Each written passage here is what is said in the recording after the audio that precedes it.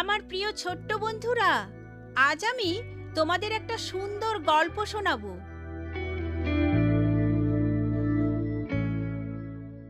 ঈশ্বর কাউকে ভুলে যান না। যোসেফ অপেক্ষা করছিলেন। 1 সপ্তাহ অতিক্রম করল, তারপর আর 1 সপ্তাহ। 1 মাস কেটে গেল, 2 মাস, এমনি করে বহুদিন কেটে যাচ্ছে। এবার যোসেফ চিন্তা করতে লাগলো, যদিও আমি দোষী নই, তবুও আমি জেলখানায় বন্দি। কেউ আমাকে ছাড়িয়ে নিতে আসছে না কেন? একজন বন্দি কারামুক্ত হলো। যদিও সে বলেছিল ফরৌনের কাছে গিয়ে তার বিষয়ে বলবে, কিন্তু সে যোসেফের বিষয় সবকিছু ভুলে গেল। তখন থেকে একটানা 2 বছর জেলখানায় তাকে কাটাতে হলো।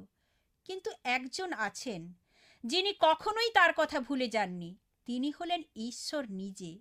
তিনি যোসেফের কাছে প্রতিজ্ঞা করেছিলেন যে সে একদিন মহান শাসক হবে। এবার ঈশ্বর তার প্রতিজ্ঞার বাস্তবায়ন করতে শুরু করলেন। ফরৌন স্বপ্ন দেখলেন।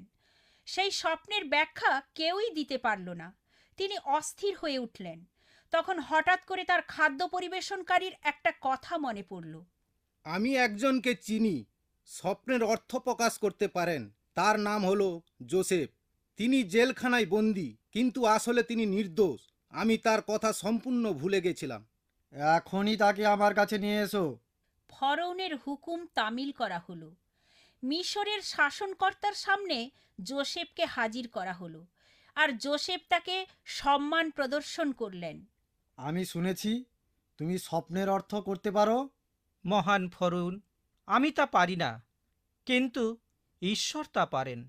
আমি স্বপ্ন দেখলাম আমি নীল নদের তীরে দণ্ডায়মান। জলের মধ্য থেকে 7টা মোটা তাজা গরু বেরিয়ে এলো, কিন্তু 7টা দুর্বল লিগলিকে গরু তাদের খেয়ে ফেললো। তারপর দেখলাম 7টি শস্যের মোটা তাজা শীষ খেয়ে ফেললো 7টি দুর্বল শীষ। এ স্বপ্নের মর্মার্থ কি হতে পারে?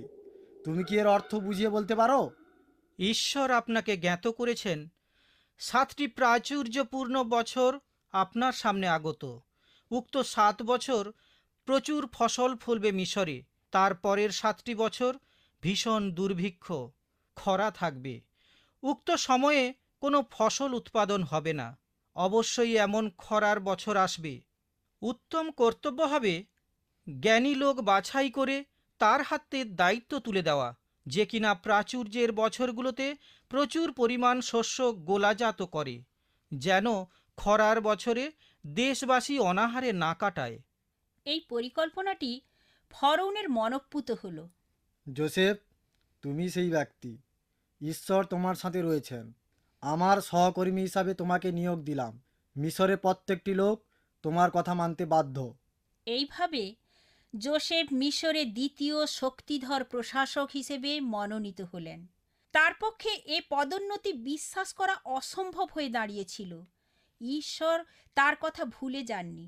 যদিও সময় সময় ভিন্নতর চিত্র দৃষ্ট হয়েছিল। তার ভাইয়েরা তাকে ঘৃণা করেছিল। কৃতদাস হিসেবে তাকে বিক্রি করে দেওয়া হয়েছিল। তারপরে নির্দোষ হওয়া সত্ত্বেও তাকে আবার কারাগারে নিক্ষিপ্ত হতে হলো। আমি দেখতে পেলাম যোসেফ 10টি কঠোর সময় অতিক্রান্ত করতে বাধ্য হলেন। এ ঘটনাটি তোমাদের অনুপ্রাণিত করবে। ঈশ্বর কাউকে ভুলে যান না। তোমাকেও তিনি ভুলে যাননি। তার উপর বিশ্বাস রাখো এবং পুরো জীবনটা দিয়ে তাকে বিশ্বাস করো ও তার উপর নির্ভর করো। যোসেফের দ্বারা ঈশ্বর যা কিছু করেছেন তা দেখে অবশ্যই আশ্চর্য হবে। এ কারণে নাটকের পরবর্তী পর্বে তা শোনার জন্য অপেক্ষা করতে থাকো। বাই বাই ছোট্ট বন্ধুরা, আমি অতসী।